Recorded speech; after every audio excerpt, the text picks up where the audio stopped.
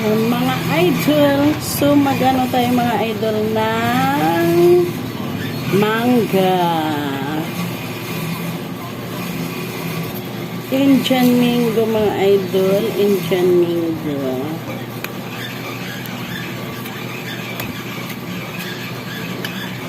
Indian mango mga idol. Indian mango ay ating mga idol, dilaw na dilaw. Kakain tayo ng Indian, gagayatin natin yan. So,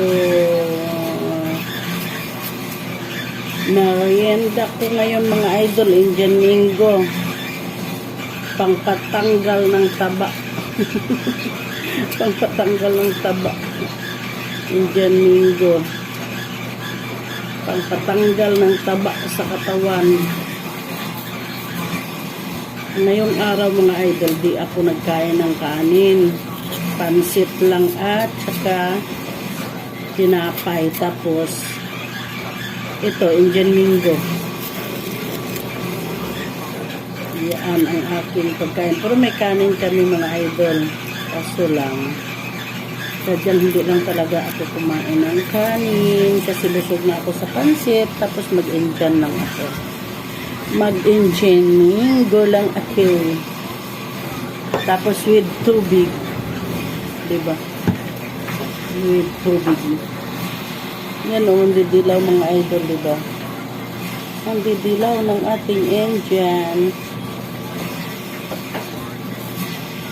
Yan, dilaw na dilaw.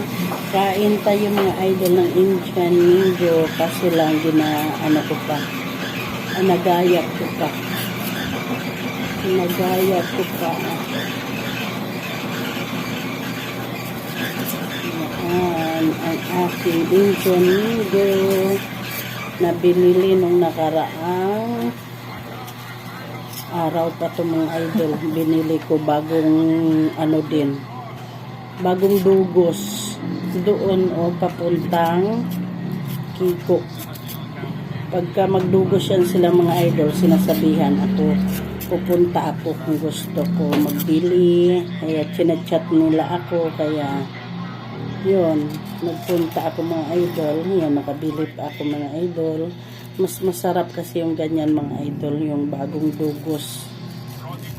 Kasi malutong ang Indian mango pag bagong dugos. Yan siya mga idol. Kain-kain tayo. Napakitapon ito anak. Yan ang mga idol. Yan ang aking buto at saka balat. Yan, itapon mo na yan anak. Yan, itapon mo na yan. Ito yung nagayat natin mga idol. Itapon mo yan ang balat at ang buto, mahal kong anak ko. Kainan na mga idol, kainan. Gagawaan ko ng sausawan ito mga idol. Tuyo at saka asukal. Tsaka konting suka. Tapos isaw-saw. Tapos kakainin. Huwag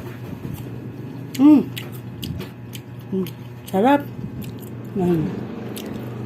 Sarap pong idol.